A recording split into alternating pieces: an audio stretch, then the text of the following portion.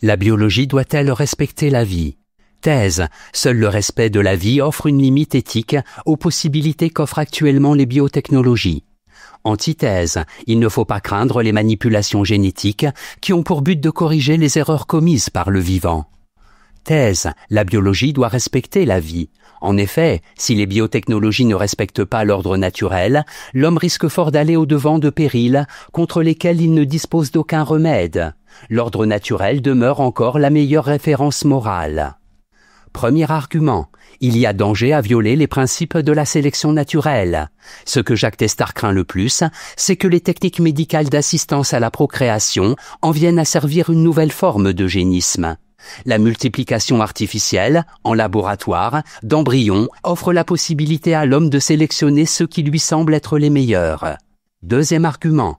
L'homme doit faire preuve de sagesse, donc d'humilité. Malgré la revendication triomphaliste d'une maîtrise de la nature toujours plus grande, déclare Jacques Testard, le développement technologique et industriel nous place dans un équilibre sans cesse plus instable. L'homme, surtout en ce qui concerne le vivant, doit s'interdire de jouer aux apprentis sorciers. Troisième argument, la compétitivité économique aboutit à des aberrations.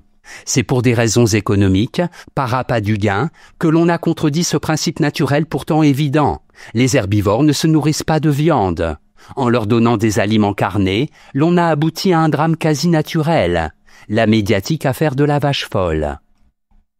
En bref, l'orgueil de certains scientifiques, la démesure de ceux qui sont prêts à gagner de l'argent à n'importe quel prix, font oublier que l'homme n'est pas au-dessus de la nature et qu'il est loin de la dominer. Antithèse. La biologie doit mettre la vie à son service. L'homme a toujours cherché à corriger la nature, laquelle, en bien des cas, commet des erreurs. Les moyens que lui offrent les biotechnologies doivent lui permettre d'améliorer notablement son existence. Premier argument. L'intelligence humaine doit être mise au service de la nature. Jacques Testard ne s'oppose pas aux techniques permettant d'améliorer les espèces animales et végétales. Cette amélioration vise des buts positifs tant d'un point de vue sanitaire qu'économique. Il ne condamne pas non plus la volonté de corriger la nature lorsqu'elle se trompe et commet des erreurs génétiques. Deuxième argument. Il ne faut pas hésiter à exploiter la vie. En 1972, Jacques Testard parvient à maîtriser, chez les bovins, la technique du ventre porteur. En 1995, il réalise des fécondations in vitro grâce à l'injection non plus d'un spermatozoïde, mais de la spermatide, c'est-à-dire un gamète mâle immature qui n'est pas encore devenu spermatozoïde. De telles manipulations n'ont qu'une fin, servir les intérêts de l'homme. Troisième argument. Exploiter la vie ne veut pas dire la nier. Tant que la recherche en génétique, tant que les biotechnologies servent réellement la vie, il n'y a aucune raison de les condamner. Ce que condamne en revanche Jacques Testard, c'est la recherche pour la recherche, laquelle devient alors une activité dangereuse, périlleuse et dénuée de sens. En bref, l'homme doit mettre la vie à son service et réciproquement, il doit mettre son intelligence au service de la vie. L'exploitation du vivant ne doit pas plus causer de tort à l'ordre naturel qu'à l'ordre social. Synthèse. Les positions de Jacques Testard sont claires. Premièrement, les chercheurs doivent parfaitement connaître et respecter les limites de leur savoir et de leurs compétences. Deuxièmement, la recherche n'est pas un jeu destiné à montrer que l'homme est, par exemple, techniquement capable de fabriquer des vaches produisant 10 fois plus de lait qu'il n'est nécessaire à leur veau. Troisièmement, il est inadmissible que la génétique puisse conduire à une nouvelle forme d'eugénisme.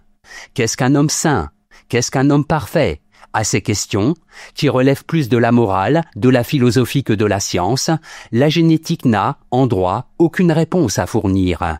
Elle n'a surtout pas le droit de mettre ces techniques au service de valeurs purement socio-culturelles.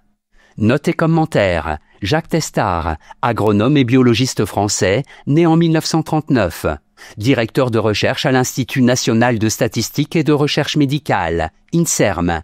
Il est l'auteur des premiers succès en France de la fécondation in vitro en 1982. Jens Reich, biologiste allemand né en 1939. Il dirige depuis 1992, à Berlin, le département bioinformatique du Centre de recherche en médecine moléculaire. Pour une éthique planétaire. Ce livre reproduit un entretien télévisé entre Testard et Reich, diffusé sur la chaîne Arte le 1er mars 1996. Eugénisme, ensemble des pratiques et des techniques destinées à améliorer une race. Citation. Suffit-il de proclamer que le génome humain est protégé et ne peut faire l'objet d'aucune discrimination pour que s'en trouvent stoppés les projets, certains encore inconscients, des assureurs, des industriels, des experts et des citoyens. Jacques Testard, pour une éthique planétaire.